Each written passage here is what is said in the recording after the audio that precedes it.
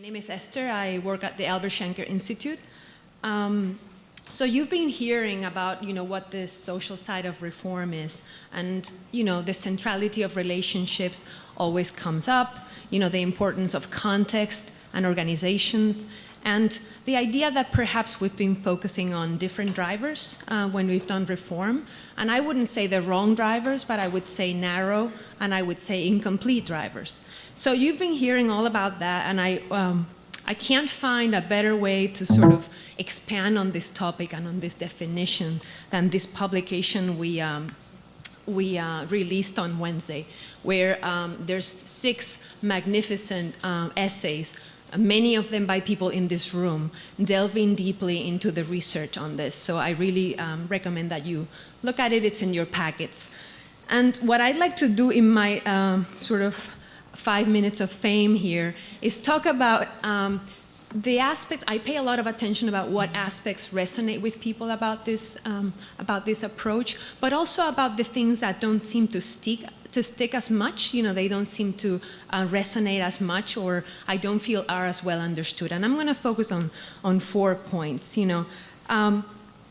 The first one, I'm going to talk about issues of measurement, the actionability of these ideas, and the applicability of these ideas to examine policy. And finally, something that's come up before about implementation, the implications for implementation.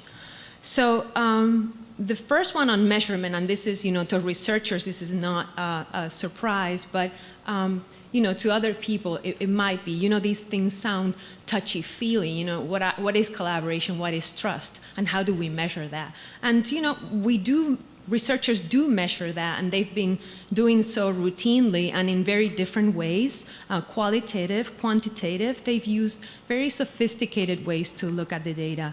And so, of course, this work needs to continue. And just this morning, actually, we released another publication that I feel I have to mention as well, by Nathan Jones, where basically he reviews the field of medicine and the military, and he finds very rigorous approaches to measuring teamwork in those fields. And the report suggests that maybe we can learn some things about these fields that we could apply to education. So that's also in your packets, and it's a very good paper.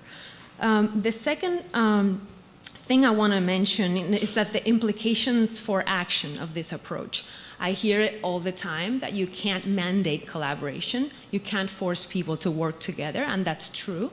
But there are things that you can do to incentivize certain behaviors in a system. And I want to mention another paper that came up recently by Ben Jensen on the international evidence.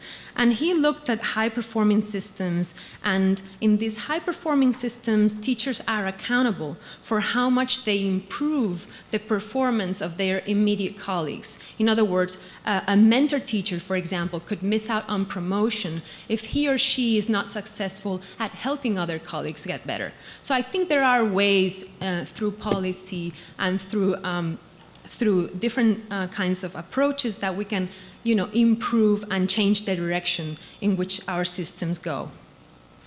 The third thing is, the kinds of policies that we can sort of look at through this lens. We often pick things like teacher evaluation, and that's an easy and obvious one. But I think there are other policies. For example, let's take professional development. I can certainly see 2 very different ways of looking at professional development. One is perhaps more technical and more individualistic. Teachers learn primarily by engaging in content independently. And the other one is more social. Teachers engage in content and learn, but they do so with their colleagues. And so these 2 ways are, the second way would be more consistent with the social side lens. And you're probably thinking, both are right, and I agree with you, but we've been focusing more on the individualistic lens. And I think the other lens has been a little underestimated, and we've overlooked how much it can augment other efforts. And finally, I'll say that if you're not persuaded by this idea that collaboration is important, that the organization matters, that context matters, I'll say you still have to care about the social aspects of schools, for the purposes of implementing any policy that you favor. And that's why we have a session on partnerships between researchers and practitioners, between unions and community and districts. And these partnerships are important to build trust across the system and communication, and to be able, with that trust and that communication, to use our collective knowledge to make improvement. So I'm going to stop here. I think I did okay with time.